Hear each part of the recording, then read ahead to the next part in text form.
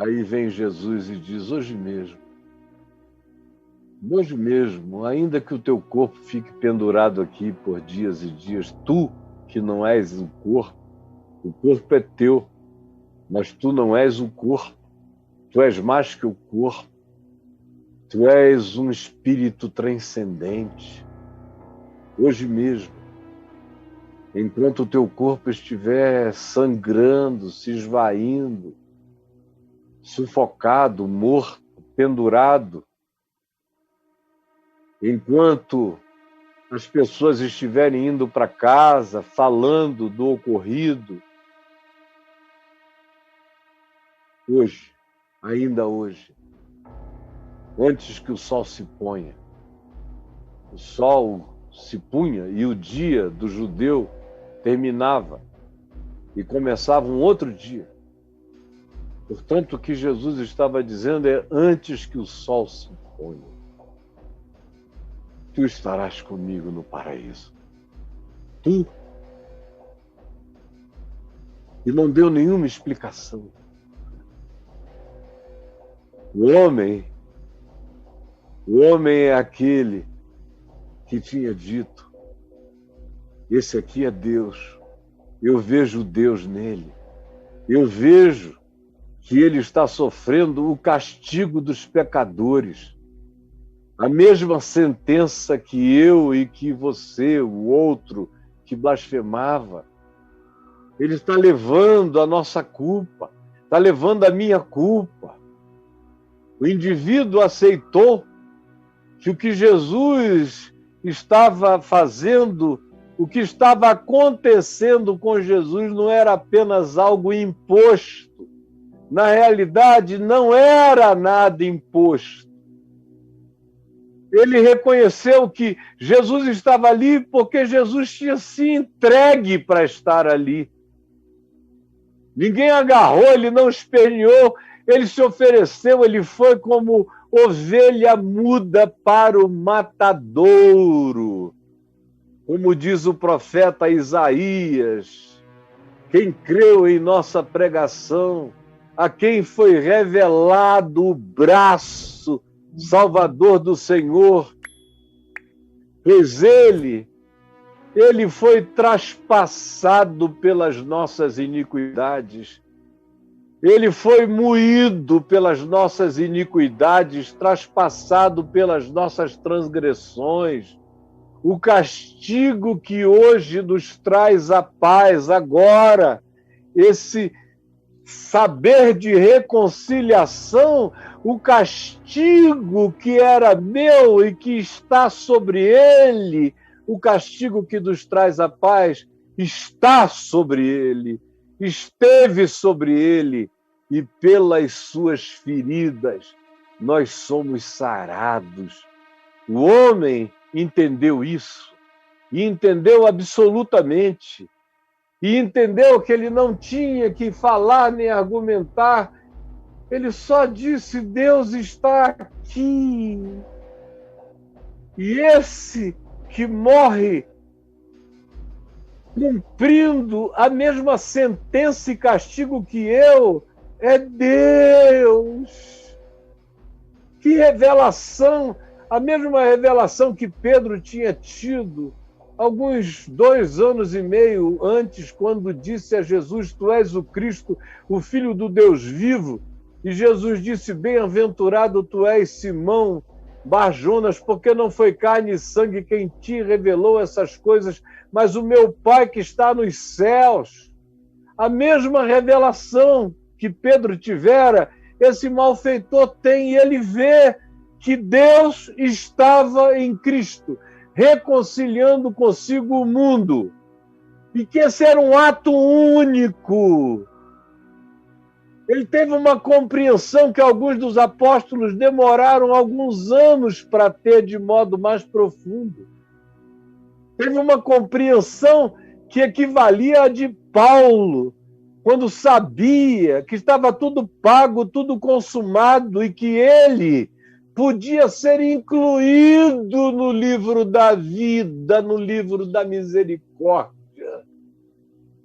Ele só não sabia é que a graça de Deus é superabundante, que é onde abundou o pecado, superabundou a graça. Ele estava querendo ser incluído numa lista de mortos a serem ressuscitados no fim dos tempos. Ele só não podia, era jamais imaginar o que Jesus diria. Hoje mesmo, agora. Esse hoje mesmo quebra todos os karmas. Você há de concluir comigo. A menos que você não creia em Jesus, que Jesus seja relativo para você. E aí, se Jesus é relativo para você, creia do jeito que você queira. Se Jesus é relativo, se a cruz de Jesus é relativa para você, se você não crê como esse malfeitor, que aquele que estava ali era Deus, e que ele estava levando o pecado dos homens, convergendo tudo para ele, que ele era a convergência de todas as coisas, que tinha um buraco negro na cruz, chupando todas as coisas, todas as gravidades, todas as existências, comendo tudo, devorando tudo, liquidando tudo, e depois haveria de dizer, como disse, está pago, está consumado, acabou tudo. Não há mais dívida, eu levei tudo sobre mim. Quantos demoraram a entender isso, até entre os apóstolos. Entre os cristãos, isso não é uma convicção absoluta. A prova disso é você, com tanta culpa, com tanta neurose culposa, com tanta dúvida, ou alguns outros com tantas doutrinas de purificação, de volta, de reciclos da existência, porque o que eu não acertei nesta vida, eu vou acertar numa outra, seja aqui voltando para a Terra, ou seja num outro plano, aonde eu terei que pagar todas as contas, aprender todas as lições e, quem sabe, voltar e voltar até que isso se consume, ou em qualquer que seja a perspectiva desse tipo de purificação da culpa humana como karma, como algo que tem que ser vivido para ser então cumprido, para ser esgotado, para ser pago, para poder ser anulado.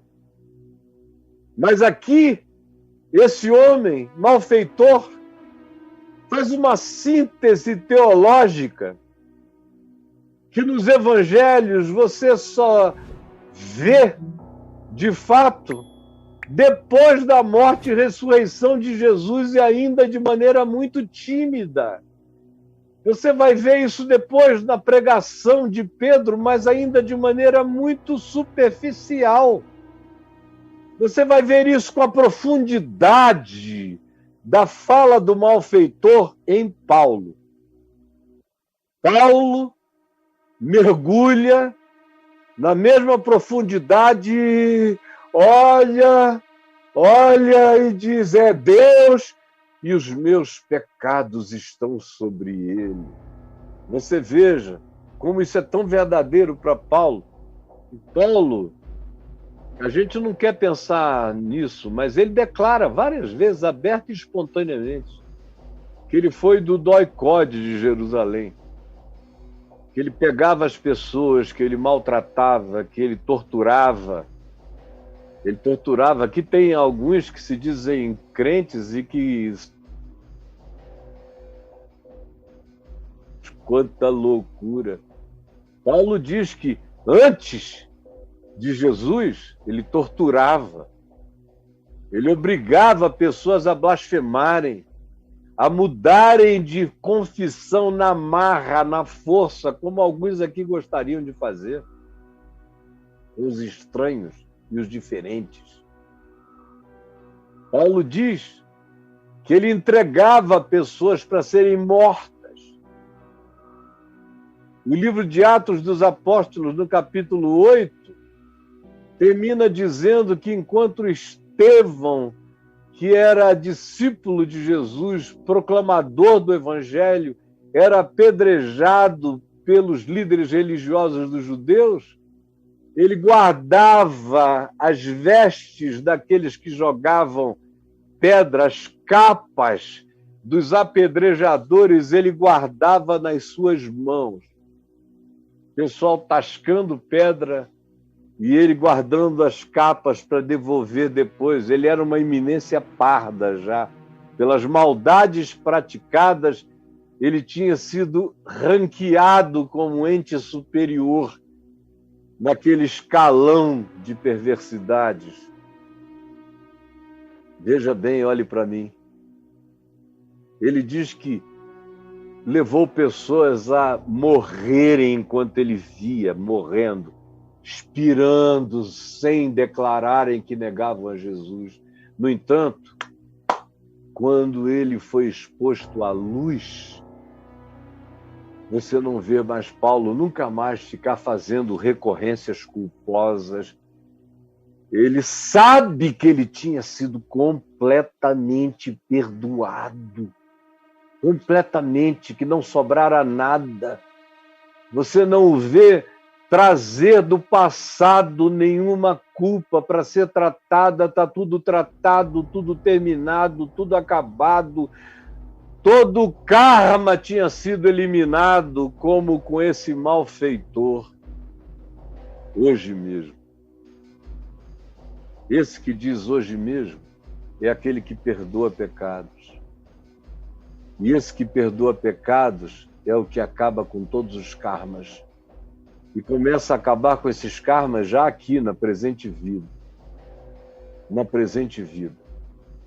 Tem certas coisas que a gente fez para trás que ficam voltando a nos perseguir, especialmente aquelas que a gente fez contra outros seres humanos, cheios de vingança, de ódio, de raiva, que ficam voltando com as suas pedras sobre nós. Todavia, mesmo quando seja assim, o nosso coração já está totalmente livre da culpa. Dentro de nós não tem mais nenhum karma. Isso é só uma gestão de maldades que a gente vai ter que fazer por algum tempo na vida. E mesmo os nossos inimigos e adversários contumazes e recorrentes se cansam. E depois de uns anos eles vão se cansando. Vão se cansando. E vão pegando as suas pedras. Olha, eu tenho aqui uma pedreira, porque me deram, tem tanta pedra linda aqui do lado. Pegam as suas pedras e vão depondo. Vão largando, porque eles cansam também. Eu sei o que eu estou dizendo a você. Eu sei. Eu sei que todo karma pode ser quebrado. Como um homem do Esquadrão da Morte que chegou para mim em Israel, no Mar da Galileia, há 30 anos, e chorando se ajoelhou aos prantos. Ele tirava o inferno da alma dele com os seus lamentos, com as suas dores, e disse: pastor, eu vou para o inferno. Eu matei, como eliminador de pessoas, eu matei 77 indivíduos que existem na minha lista. Eu estou indo para o inferno. E eu falei para ele: não, desse jeito. Se você quiser ir para o inferno, desarrependa-se. Deschore-se. Desdoa-se. Desrecinta-se. Porque esse homem que está ajoelhado aqui na minha frente, com essa angústia do inferno, pedindo misericórdia, está pelo seu arrependimento descriando as suas próprias maldades em nome de Jesus. O perdão de Deus, esse perdão de Deus que provoca o arrependimento. O arrependimento só acontece na alma humana quando a gente já está perdoado unilateralmente, inexplicavelmente, absurdamente, loucamente por Deus. É por isso que eu me arrependo. Eu não me arrependo para Deus me perdoar. É porque Deus me olhou e teve compaixão da minha miséria. É que o meu coração reagiu a essa graça que nem foi falada a mim, mas está plantada, me provocando. Meu coração reage a ela com arrependimento, que significa mudança de mente, é metanoia, mudança. É uma descriação da mente passada, uma recriação de uma mente presente e futura, que a graça de Deus realiza. Hoje mesmo. Hoje mesmo. Realiza hoje mesmo. E você vai se levantar como ele se levantou. E depois eu encontrei com ele num dos piores dias da minha vida, com todo mundo jogando pedra em mim. E ele me encontrou e me abraçou e me beijou a minha mão e disse: olha, eu experimentei pleno perdão. Muito obrigado, pastor. Hoje mesmo. Se você está aí pensando que o seu karma não pode ser quebrado, eu estou aqui para, em nome de Jesus, quebrá-lo pela palavra do poder do Evangelho. Quebrá-lo agora. Você crê? Hoje mesmo. Você crê? Jesus, hoje mesmo, agora mesmo, planta essa palavra no coração de centenas e milhares. Hoje mesmo. É o que eu te imploro. Agora mesmo. Em teu nome. Amém e amém.